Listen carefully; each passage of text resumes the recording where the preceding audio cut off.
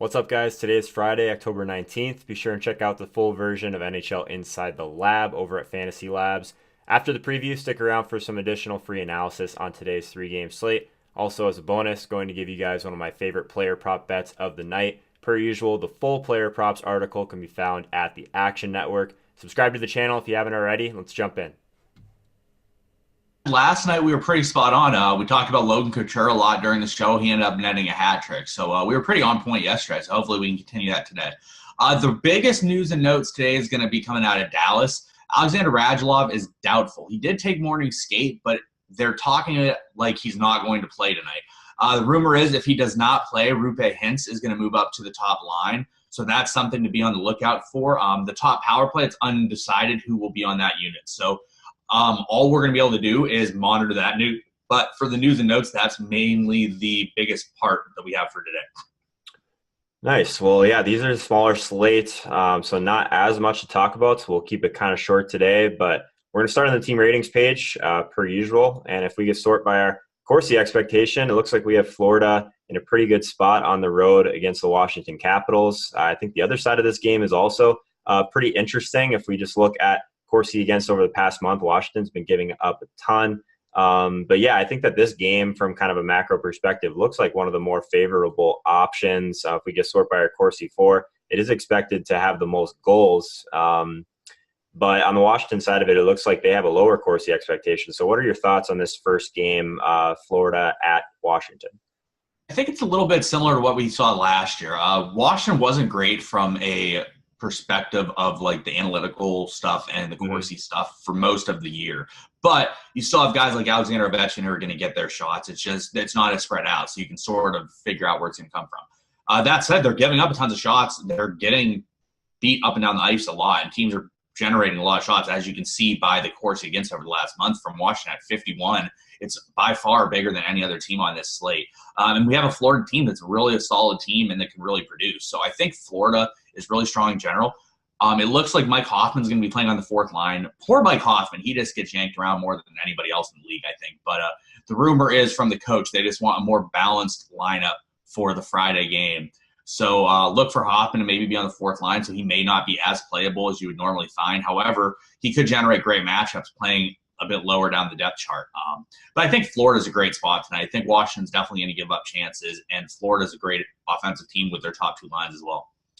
Yeah, I think that's going to be one of the higher paced games. Another one that kind of stood out to me was Dallas versus the Minnesota Wild. Minnesota's given up the second most shots in the league this year. We know that there is upside with this Dallas team. They've gotten out to kind of a slower start than I guess we anticipated, but still Sagan, those type of guys, I would assume that they're going to be popping in the models. It's really hard to fade some of these studs on the three-game slate. We've talked about it before. It can kind of bury you if you don't have the top line of the night, at least in tournaments. On a larger slate, you can get away with maybe playing Sagan or Ovi without his line mates. But on these smaller slates, correlation is extremely important. So what do you think about Dallas at home against Minnesota? Yeah, I think Dallas is probably your next best spot of the night. And as we said, their stuff is sort of concentrated as well. With Radulov possibly out, you could get Rupe Hintz at really cheap price tag. And we'll take a look at him a little bit later when we get over to the models page. But he's going to be someone that's really cheap. He had 20 goals last year in the AHL, so maybe given a chance, he could be a guy that produces for you. But it's strictly going to be a punt play. But if you want the correlation with Sagan and Ben, that might be a spot where you have to take a look at.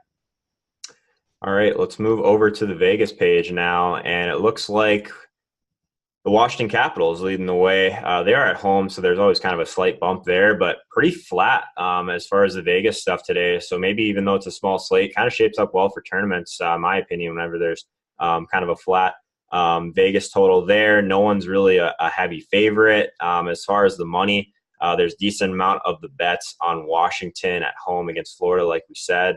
But I don't know if we can really learn a ton from this page. I guess the only thing we haven't really touched on is a spot for Nashville in Calgary. Do you have any thoughts about that game? That's probably the slowest paced game, at least kind of from a shots perspective, at least. Yeah, I think there's going to be a few people in that game, at least the defensemen that are options. But the biggest note on this page is sort of you see the money and the percentage that's gone in on Washington, yet you see the lines move 27 points towards Florida. Yeah. I think this could be a spot where Florida upsets Washington tonight. And you could be in a situation where Florida's very, very underowned compared to what they should be. And especially even in net with James Reimer, you could get a goaltender that could get a win that's going to be very underowned due to who he's playing. So I think that that's something to note from the Vegas page today.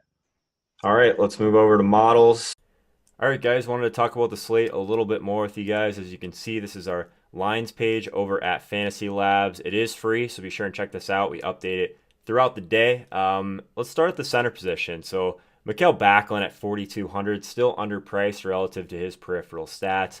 We are always trying to stack guys up that shoot the puck a lot. Backlund, 99th percentile in Corsi over the past month, 95th in shots. So really like him, still think he's underpriced. Don't love this game in general, but I do think there is some upside here. If we look at the pay up option at center, I think it's basically Tyler Seguin and everyone else.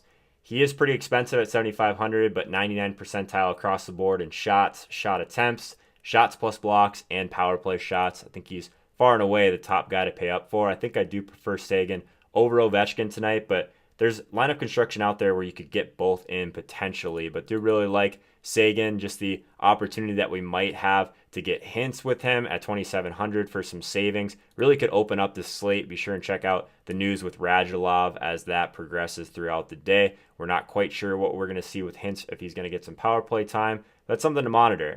But Seguin at 7,500 on this top power play unit. Definitely a guy to prioritize today if you haven't already. Let's look at the winger position. I'm really focused in on Ovi, obviously, but he is expensive, right? But he's probably worth it. 99th percentile in shots on the power play over the past month, 98th in shots. Just a massively high floor with a ton of upside, obviously. 2 goals in his last game. He's a guy that can be kind of streaky at times as well. So like the idea of going back to Ovechkin. I mentioned Johnny Gaudreau on the show earlier today. He is only 6,500, but a guy that has a ton of nice numbers as far as his peripheral stats. So if we go back to Calgary at the winger position, we do have Gaudreau for a decent price, 95th percentile in shots over the past month. Calgary, there's always going to be a little bit of value, but mention that I don't love this game.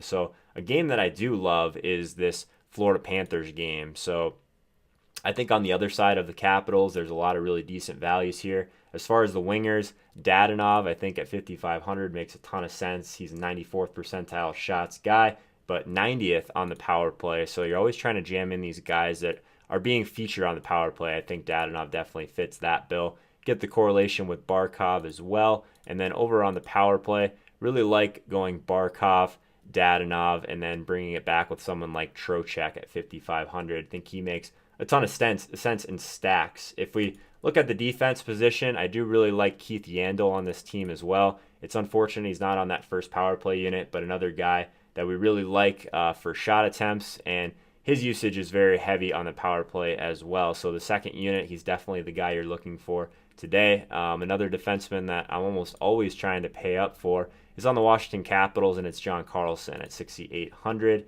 He leads the entire slate in shots plus blocks over the past month. Really like the idea of going to him.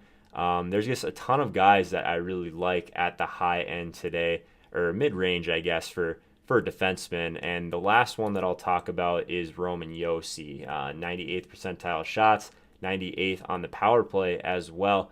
Not giving you access to some of these top guys on the first power play unit, but at 5,200, really reasonable price for his peripheral stats. Probably the higher upside guy in this group would be John Klingberg at 5,700. Gives you access to this top power play unit. Again, be sure and check out the news to see what they do with Radulov on the power play. So that's going to pretty much do it for the DFS side of things.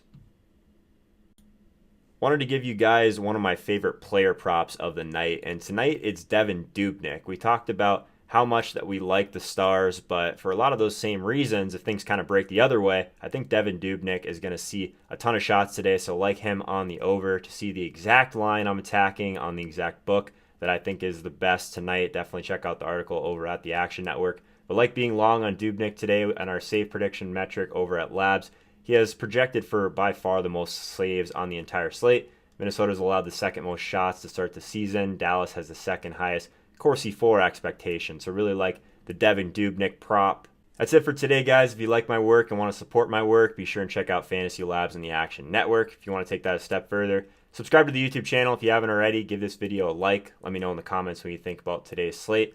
Last thing, give me a follow over on Twitch if you want to check out some of my live streams throughout the week. Definitely trying to do those as much as possible to you guys to get a little bit more interaction, but all the details for all of those things are in the description below. Thanks for hanging out again today, and good luck on this 3-game slate. All right, good talk. See you out there.